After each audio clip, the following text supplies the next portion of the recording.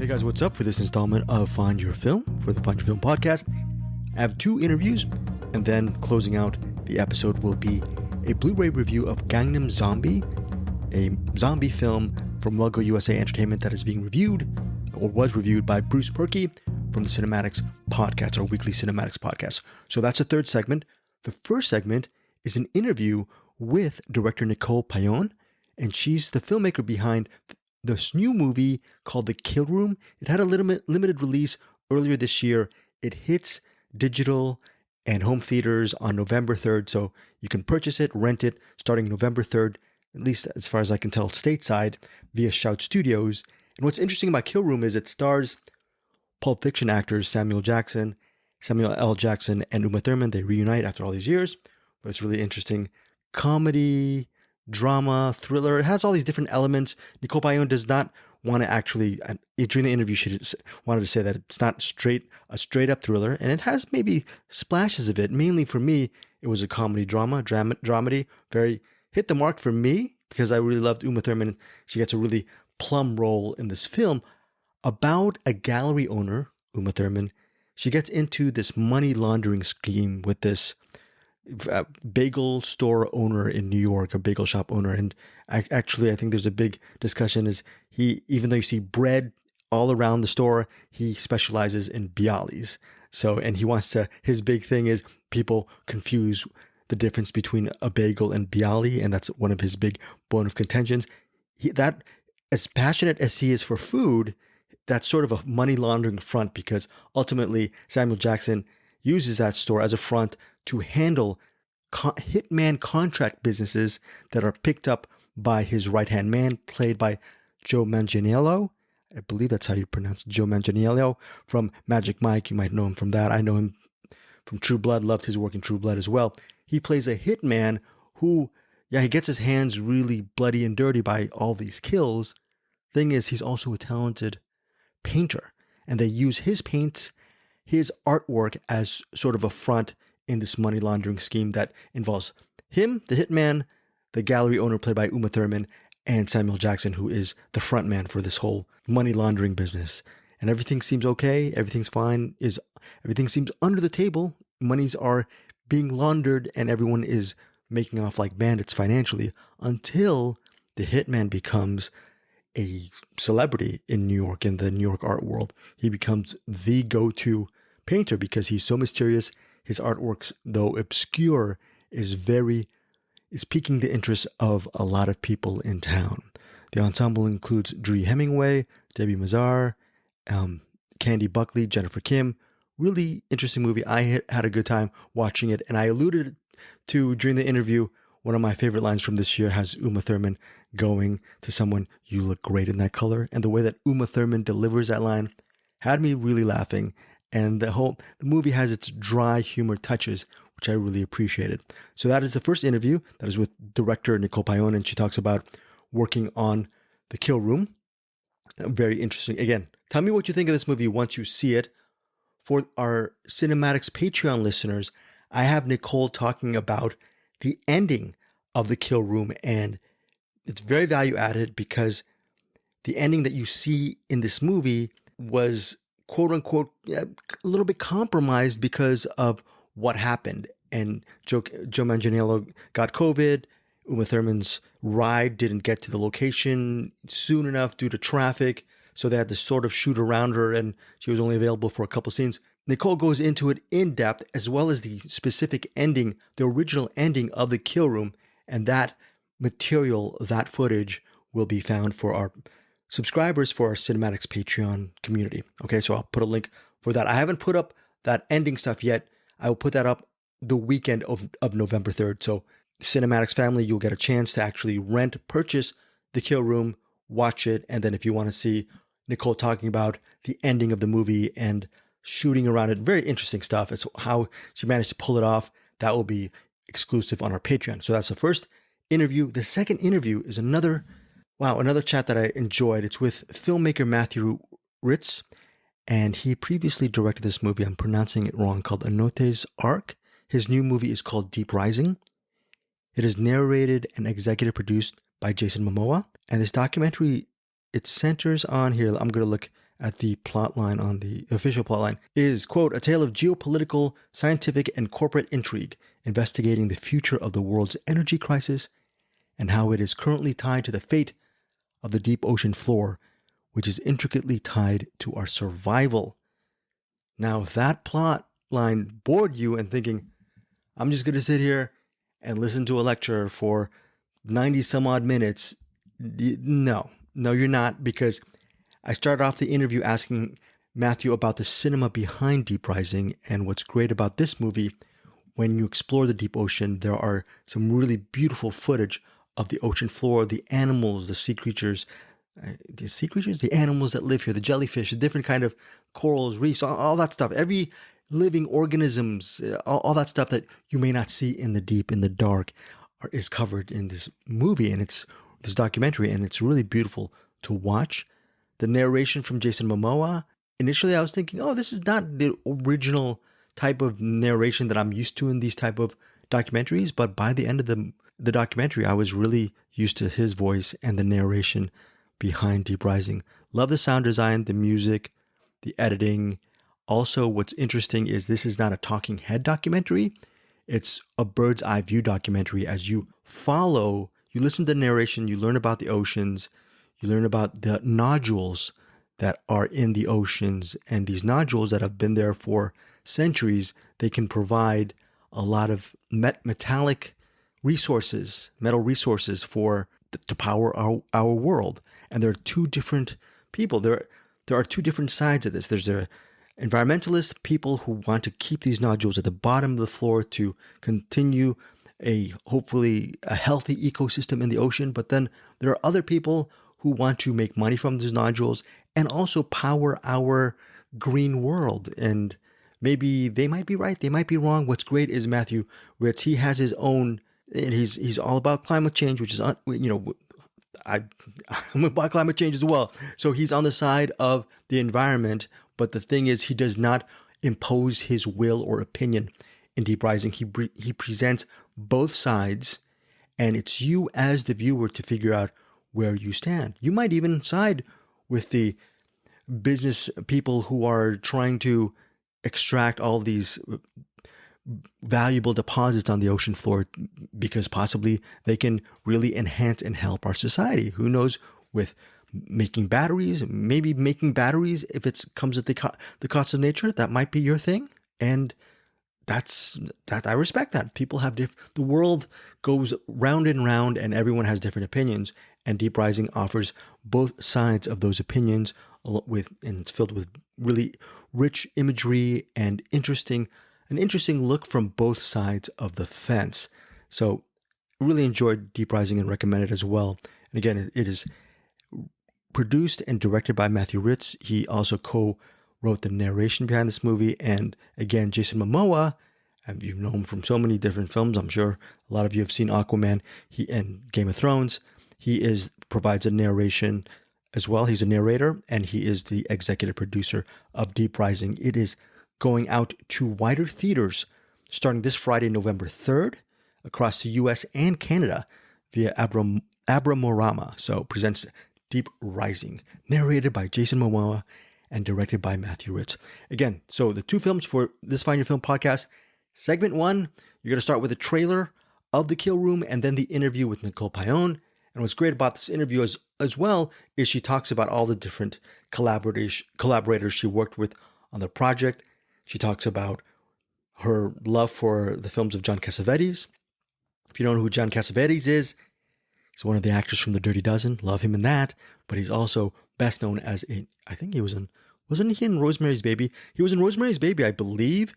And I know, because I've never seen Rosemary's Baby, he's a big co-star in one of my favorite Brian De Palma films, The Fury. So I love John Cassavetes as an actor, but Cassavetes as a director, I mean, he's known for A Woman Under the Influence, The Killing of the Chinese Bookie, Love Streams, a bunch of other movies that I can't remember, but I think he did. Yeah, so those are some of the movies that he directed, and he's considered one of the I guess, would you say granddaddy of independent films. He's one of the leading models or influences behind the independent cinema movement, John Cassavetes. So she talks about Cassavetes.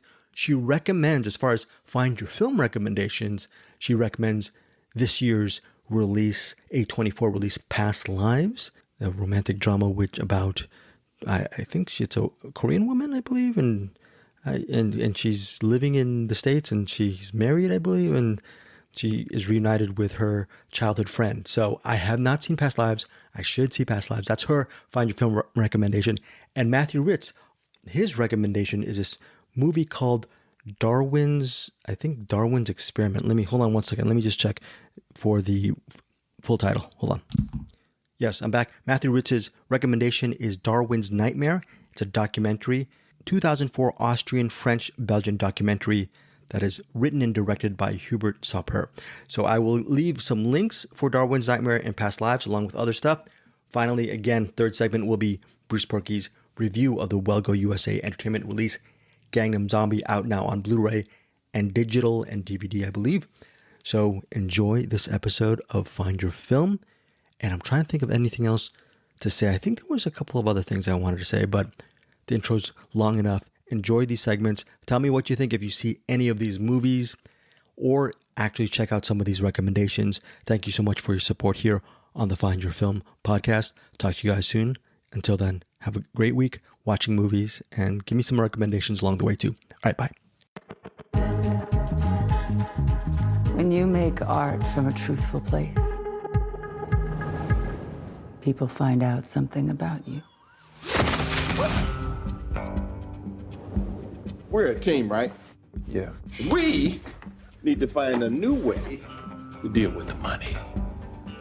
Customer of mine was short of cash. Gave me that instead. And what's it?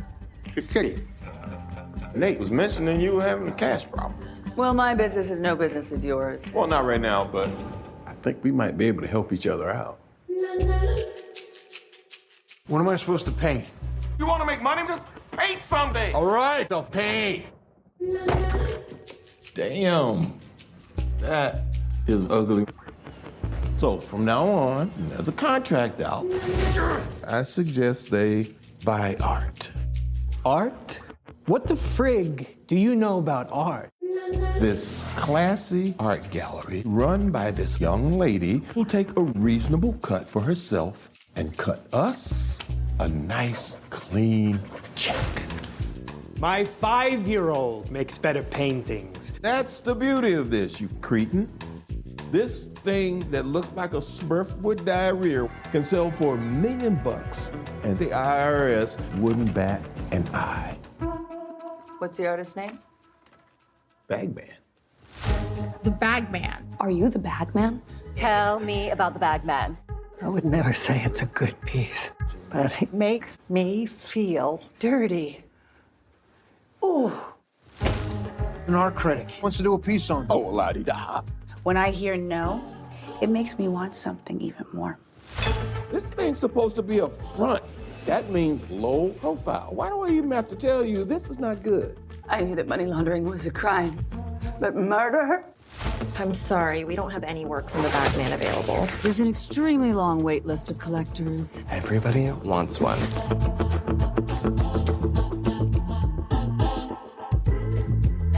Clean, like laundry. Are you really mansplaining money laundering to me?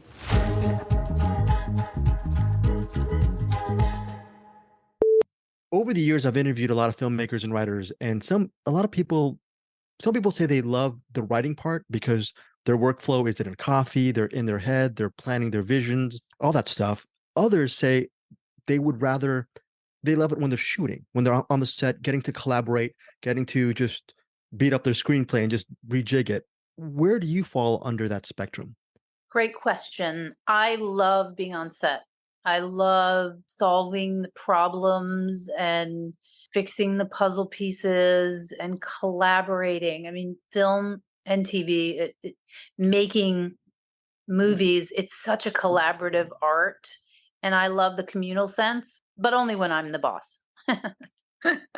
Well, when you are the boss and you have so many different collaborators, what's what's the key in actually a successful collaboration where people have so many different opinions, you have a lot of options creatively thrown your way, which I think can only be a great thing. But since you are the boss, what's the key to making that collaboration just fruitful for every department within the production? Yes, I think it's important to be very clear on your vision, but I also think it's important to let your department heads thrive. It's not, I've been on a lot of sets where it's like a dictatorship, and I don't thrive, and I don't think any creative thrives when being yelled at or judged. I really try to empower my department heads to, like, there's no wrong answers, to think outside the box, to challenge what my thoughts are.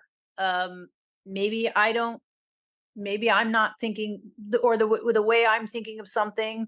If you bring that to the table, let's discuss it. I just think a lot of times, I just think it's important to empower people to I think that you create best, that people create best that way. I remember, Nicole, when I was 13 or 14, I saw Prizzi's Honor, and I really loved that film. And I was, even as a kid, I was thinking, how does this director, how is he able to blend all those styles with such a serious subject matter? Years later, now in my 50s, The Kill Room, serious subject matter. People are getting killed. Yep. Art world it's a satire, but it's also a relationship drama. It's friendship drama as well. And there's also a thriller element because there's a lot of manipulations going. What was the key to just crafting the right tone for this film? I would say editing. Well, it's such a process, right? Like, I would say the development of the script. Tonally, I wanted the script to have a little bit of levity to it in its send up of the art world, but I didn't want to dismiss or disguise what the guys were doing, and specifically what Reggie was doing. But I also wanted, it was important for me, like, as the director, it's certainly going to have a female gaze because I'm the creator of the film, but it was important to hold off a lot of the talk and thought that this was a straight up thriller. There was a push to make it a straight up thriller, and I was like, that's not the movie. That was never the movie that I was making. There was always some levity to it, and I think tonally how you balance that is when you're on set, you get varied performances, and my actors were, I mean, my goodness, they were masters. And so I asked for what I needed, and they gave me that and more. And then when you get to the editing room, it's really about trying it out and having the time to do that. Like, we had to recut that the Rashnikov end. I don't want to give anything away, but we had to recut that several times because tonally it didn't work, because we were going back out from the room to the audience, and the audience was a little bit more of a jokey thing on the page. And so I ended up having to cut that idea out. Like, the script is just, it's really an idea, and sometimes it works and sometimes it doesn't. And when you get to the editing room, you have your third rewrite. And so we were rewriting in the editing room as well. Cool. All I do is I do these interviews and I edit them on YouTube and also on podcasts. So sometimes I'll start and 3 to 4 hours are gone and it feels like 10 minutes and Yes. I still have another 3 or 4 hours to go. So, but I'm just cutting interviews. I can't imagine how many hours you spend. People used to call it edit bays, but wherever you're editing or however you're doing it, how many hours or months does it take? And what does it take to actually get to that final edit? Do you need to have a passion for actually editing and cutting and seeing those, like you said, puzzles together? Because if you're not into editing, it's going to be a long, arduous process. It's going to be miserable. Yeah, well, they say when you're aligned, or the magic in your day is when the hours go by and you don't even realize it. And it's true. My editor, Gillian Hutzing, she was incredible, and she was just as passionate about the film as I was. And you really have to care, and you have to care about the characters, and so many days it would be 7, 8, 9, 10 o'clock, and she would go to me like, we're way over, like, and it the day just seemed to be a blur because you're so in it and you care about every moment. You just have to have the time to do it. it takes weeks and weeks and months. I'm butchering the line, I'm paraphrasing, but when you got to that cut, when someone in the narrative says, "You look great in that color," I think something like that. What was it like seeing it on that editing it? Because that was just a scene that I think is one of my favorite lines from the entire year. I was just completely laughing. I love the dry wit in your narrative. Thank you. It's so funny because no one ever in any screening laughed at that line, and I think that line is so funny because it's just the way, Uma didn't push it, and I just kept trying to hone in and just say, like, this isn't we're not making a comedy, like, because my background is mostly in straight up comedy, and I just, a lot of times in the beginning with the discussion with the actors, like, I'm sure they looked me up and they were like, what's the tone here? Because it's not my traditional tone. I came from sketch comedy. And so I felt relief with this type of tone, and it's the jump that I want to make and wanted to make. And so that line, no one laughed at it. So by the fact that you recognized it and liked it, thank you. I love that.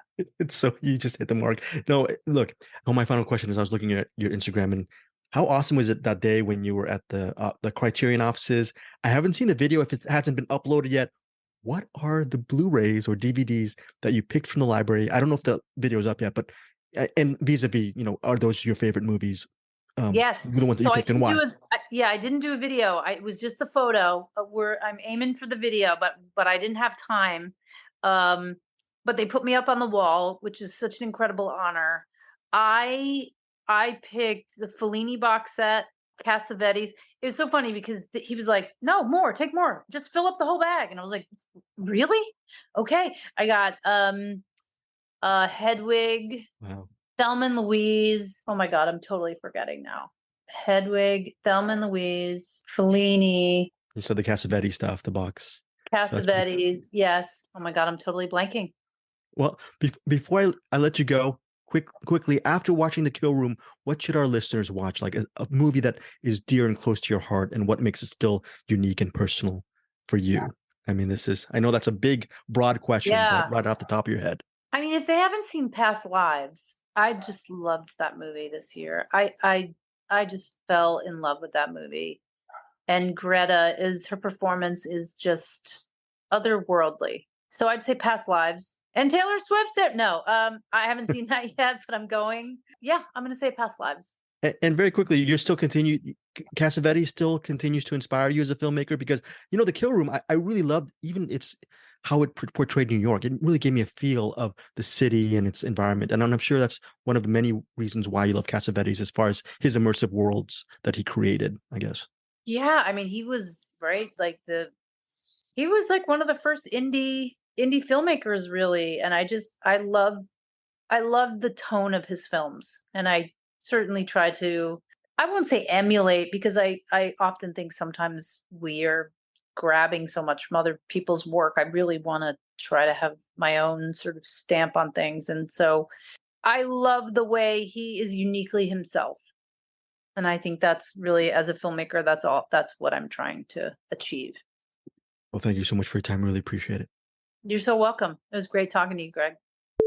Matthieu Rytz, is that the way to pronounce your last name? Absolutely. Mm-hmm. Okay.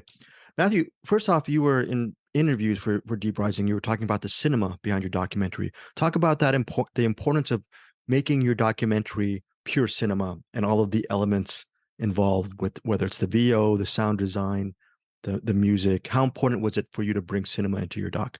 Oh, it's critical, because I think an issue such as deep seabed mining, you need to bring emotion. It's extremely hard to build empathy for the deep ocean. And it's, without using the techniques of cinema that brings, the art of cinema can really bring people to a journey. And the sound, as I said, soundscape, score, VO, and all the skill of editing and all what makes this film what it is, I think is also the aim is to bring people on a journey that they feel something. Because we're talking here about, a very large part of the planet that is mostly unknown by anyone. and it's visually not that compelling for some space, like when they where the deep sea nodules are sitting at 4 kilometers down in the ocean on the ocean sea floor. It's absolutely not the same type of ecosystem where you find dolphin, humpback whales, and beautiful corals. That in 5 minutes you show this with some piano, and people will be like, I need to protect this. Which is not really the case for the deep seabed. You need to find storytelling techniques, for people to care. So that was a very challenging film for me because, again, I will bring empathy and care to the deep ocean. Well, some of these meetings or the conferences, they would take place 2018, 2019, some events in 2021. During the process of this documentary, what was the biggest challenge in just pulling all of these elements together and making it a cohesive whole? What was that, maybe that 4 to 5 year journey? What was the hardest part of it for you? I mean, it was a long editing process for sure, really intertwining those stories, intertwining the two characters, plus the deep ocean, plus the voiceover of Jason Momoa, everything in a single film. And it's interesting because the film kind of sits in between two different categories, I would say. On one hand is, kind of more like geopolitical intrigue, follow the money, kind of like eco-thriller type of film. And we intertwine that with natural history. When we in the deep ocean and the footage starts, it's really like, it feels more like a BBC type of, a Blue Planet. And how to intertwine both was very challenging because it's easy. I mean, I really wanted to make it work, but that was also a gambling because it might just not work at all. It's like you lose the audience from like the drama of, the intrigue and the drama of follow the money and the future of energy and what's happening with the CEO and what's happening with this other character, and then also the dropping altogether with a totally different style of film. But which is quite interesting at the same time because the film is now becoming recognized on both categories. I recently won one of the most important awards in national history. The Jackson Wild, has the special jury prize, and this is, the Oscar of national history. And I was very surprised that actually they even consider that film. But because now I have, the film somehow has a value of both type of storytelling. Jason Momoa, in the interviews, he was saying how when he was doing the VO, there were some moments when he got really emotional. So my question to you is a 2-part question. The first one is, what was like having Jason Momoa as a collaborator? And the second part was, what was the big challenge for you as far as crafting the narration for this documentary? That must have taken so much work, because if the narration doesn't work, the documentary can fall. So. Oh, 100%. And, I mean, we put so much work to actually write the script because in the context of a documentary, we don't have the budget to have Jason twice in the studio. So you cannot do retakes. It has to be good, and it has to be good at the first place. But then, the process of working with him, I mean, it was quite fast. It takes a few hours, like a day, basically, to record it. But what was for me, so beautiful because I realized how much he cares about the ocean. And it doesn't do that for just, to show that he cares. He actually cares. And I think it's also part of who he is as a Polynesian. His father is Hawaiian, mother US. But I think he really talks to his, Hawaiian Polynesian heart, and really understanding that deep sea bed mining is an issue that will impact the future generation of his people of the island. That's like, so I think when that kind of get clear, I think that's where he became emotional and really, and that was beautiful also because you can hear it. That's the beauty of it. You can hear in a voice. It's a voice that is very truthful. I think in a documentary, it's not just a geek you do and you cash in and you go. I think it's just something really profound that was happening, and I'm very grateful for that. Matthieu, we can tell from this documentary your passion for the deep sea, these nodules, and the climate and the environment. But can you talk about presenting also, you're also focusing in a little bit on the CEO of that company, the metals company, right? And how talk about gaining access to him and also presenting it in a way where we can make our decisions for ourselves, as opposed to you imposing your viewpoint as a documentarian, but just showing us and having us make our own decision. Talk about that, that decision too. Yeah. I mean, it's a mix of answer. I thought it was very important to bring the CEO or any important players for the mining industry to give them a voice, also for the viewer to understand what are stakes, because otherwise you're just eating hard on an industry, but it doesn't really, and then the film preaches to the choir. Your film basically will be uploaded and get all the awards in the conservation world, but it's half of the story. But at the same time, I'm personally, against deep sea band mining in a way that I don't think we should get after those nodules. But I couldn't also have a very strong voice as a director, starting, to have a way I put the storytelling together to demonize the character, because then what will happen very clearly is they will have dropped from the project, because and then I'm losing this entire. I would have lost this entire complexity. That was the most challenging project in my life on that perspective, because I kept the editorial control all the time. Nothing about that, but it's how to balance this very thin line. What has it been like getting the reaction from your documentary from, I guess, both sides? You said the complexity of your documentary. I think probably one of the great parts of this documentary's existence is the fact that you're going to have so many different people with their personal viewpoints bring their thoughts and opinions to the table. Is that something that you look forward to, continuing this kind of dialogue? Yeah, 100%. And I think, the film itself is a journey. So what I found very interesting is how people react to the film and how they actually change mind in the middle of the film. They might start with like, oh, he's a good guy, oh, he's a bad guy, oh no, I'm confused. And I think this is really interesting, because it really creates a debate. I had some of the most amazing Q&As I ever had in a cinema, because it's just people are confused, and I think it's good to confuse people. It's better to confuse people, and then they start asking questions and digging by themselves, and hopefully get to the right conclusion, than just like give the audience the conclusion already, and they don't have to think. Yeah, I think one of the many great points about your documentary, talking about people getting confused, is there's this one moment where I can't even name the machine. I'm sure it's worth, I don't know how much money, and it fails.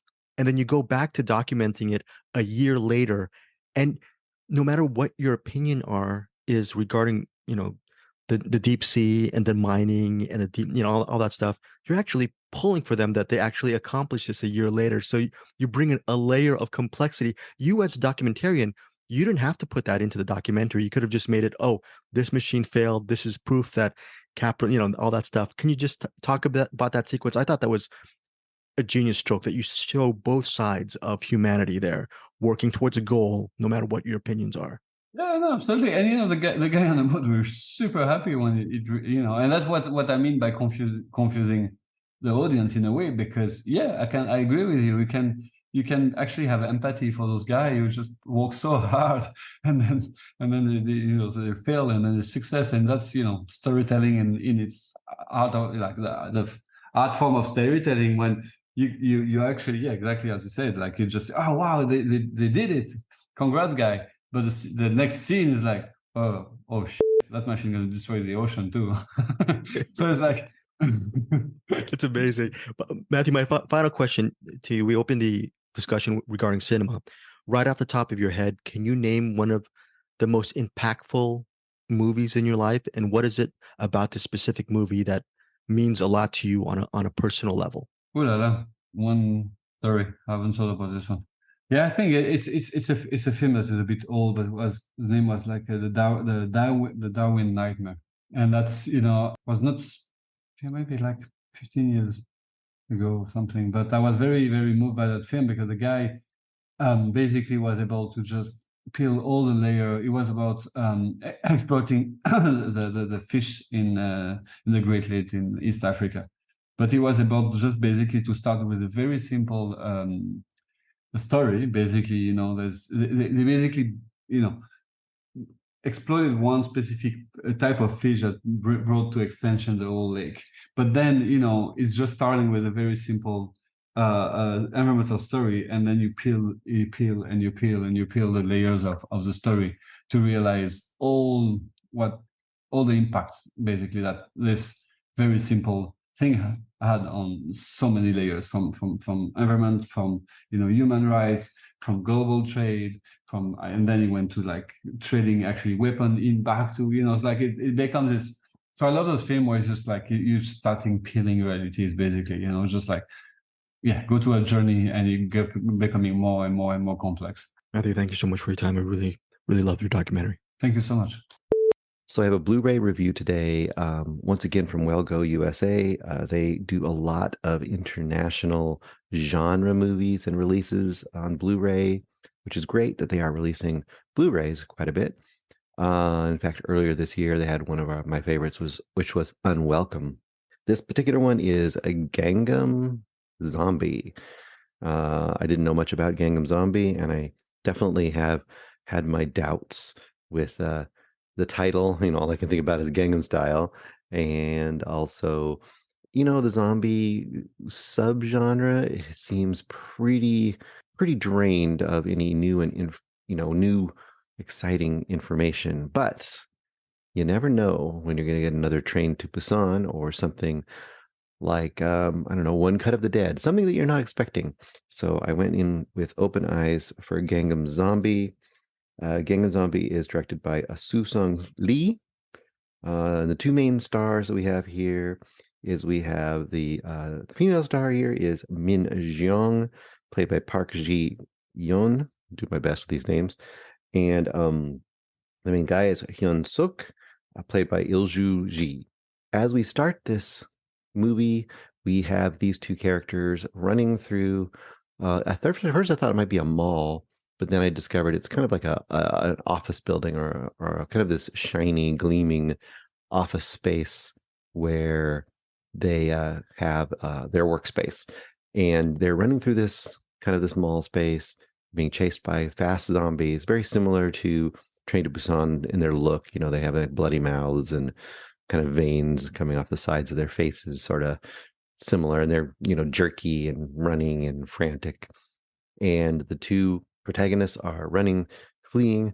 The woman gets cornered in a car because there's cars in the middle of this, kind of like for display cars for sale, in the middle of kind of the public spaces of this office building down on the main floor.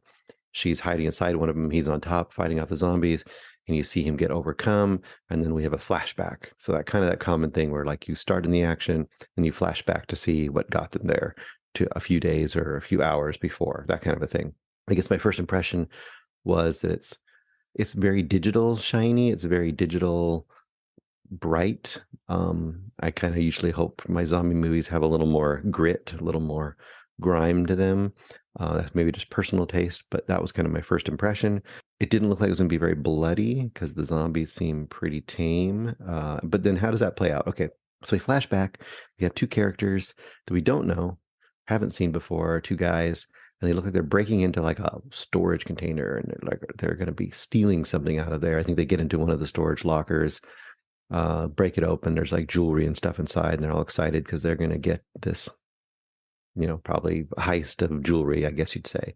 But it looks like it's not like a bank or anything. It's just like I said, like a storage locker in the waterfront or something.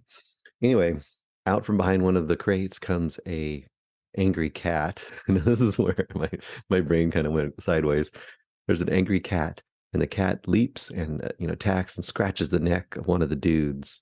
And apparently this is the inciting incident, a cat. I guess the cat's supposed to be a zombie cat. We don't really know. I mean, other than it being angry and mean, it looks like a normal cat. I didn't look that close, but, I didn't see like it was rotted or, they didn't use a puppet or anything from what I could tell. So missed opportunity, in my opinion.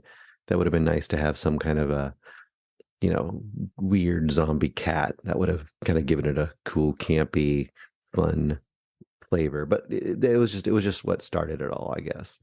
And they never explain it. Is the cat infected with something? We don't know. Does zombification come from cats, I guess, in this universe? I suppose so. But that would have been kind of fun to explore. They didn't really explore it. The next interesting thing is out from the water rises the guy who got scratched as he's dead. He basically becomes a zombie. But when he rises out as a zombie, a full-fledged zombie, the sound effect they give him is literally, and I'm not talking about there just sounds like it, literally the sound of a zombie from Minecraft, which made me laugh very hard. I don't know if that's supposed to be an in-joke. So most of the world has experienced Minecraft in some form or another, but if they played it to any degree, they would recognize the zombie sound. I don't think they repeat it throughout the movie, but that was like one of the first sounds when he rises out of the water is that. The rest of the movie basically switches to this. It switches to the two people I mentioned earlier. They kind of work for a YouTube channel. And then the movie, this is okay. Then the movie basically becomes like the kind of this soft, silly comedy with 20-somethings kind of maybe having a romance, but in the workplace. And they're in this YouTube channel, which is run out of like one little office in this big office building. And it's kind of the creepy boss they have is creeping on the woman, and she doesn't know what to say about it. She doesn't want to lose her job. He wants more hits and more, views. So it's just kind of this very kind of generic sort of romantic, slightly romantic comedy around this YouTube business, I guess. And then throughout that, the zombie thing slowly starts to rise up. For example, the two characters on the way to work, they encounter the zombie bit by a cat dude, and he's like eating raw meat on the side of the just on the sidewalk, and people see it. Of course, they're shooting video of it, and it's weird. And then he like runs off, and he seems like he's aggressive, but everyone thinks he's like a mentally unstable, homeless person or something. I don't know. Everyone just doesn't assume that he's a zombie or anything. The boss of the YouTube channel is mad that they didn't get that footage, because that footage would have got them a lot of hits, So anyway, I would say a good chunk of this movie's under 90 minutes, but I'd say a good almost half of it is just this sort of goofy comedy / office story. I mean, it could almost be an episode of a TV series. It really hardly even is zombie related. And then eventually, under some like the intrigue, there's the owner of the building she's a kind of a villain type, wants the money from them, and they don't have any money. And so it's like a lot of little like subplots for the main characters. So as they all start to die and turn into zombies, that I guess you're supposed to care about them. I guess long story short, the zombie stuff isn't very gory, or exciting. There isn't really much effects. There isn't much other than just people with bloody mouths running. The romance is pretty lightweight. This almost seems like if you're into South Korean, I don't know, young 20s TV romance comedies with a little zombie spice thrown in there, maybe this is a starter pack for you if you're to get you into zombie movies. But boy, oh boy, if you're a horror fan or a zombie fan or into kind of a good gory action or something like that, this is not going to be for you. Or if you're looking for campy, like really over the top, like Evil Dead or Dead Alive type stuff, it's definitely not that at all. It's very tame. So I would say for most horror fans, definitely not a go-to. Like I said, maybe if you're just wanting to dip your toe into horror and you're kind of afraid of it and you like more of these romantic comedy kind of things, maybe that would be for you. Last thing I mentioned, there is a really weird plot point where they have to use a cassette boombox as a attraction device to attract the zombies and distract them away from where they're at. And I thought to myself, and it's in a modern world. This is in a world where there's cell phones and everything, there's drones and stuff. They have all the normal stuff. So the fact that they were easily able to just procure a cassette boombox at a drop of a hat, I thought was a really weird plot point and unnecessary. And I wondered why they didn't at least explain why that was around. Anyway, it was just a weird thing that kind of threw me off a little bit. Overall, can't really recommend this movie to most people. Didn't do much for me. It's pretty forgettable, but it's not very long. It's light, it's fluffy. Probably only a couple stars for me, 2 stars probably. As far as for the Blu-ray itself, very bare bones.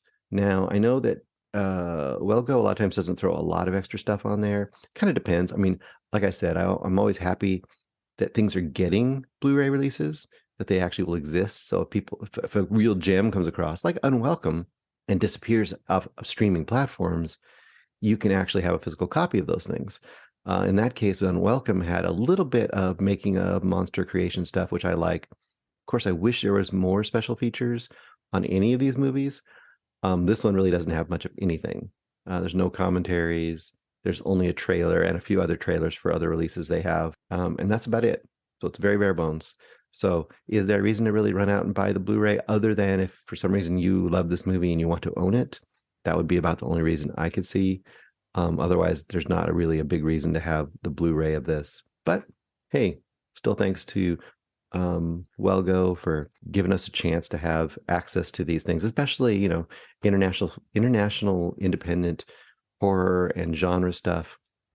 Anything that gives that an ability for mass audiences to, you know, get their eyeballs on it, I'm for that. Anyway, we'll be back soon with more reviews on our weekly podcast on CinemAddicts, which focuses on independent releases generally that are coming to your theater or to streaming that week or very soon. And of course, Find Your Film, which has interviews. You're probably listening to one of those right now. Interviews and a lot of times media reviews as well.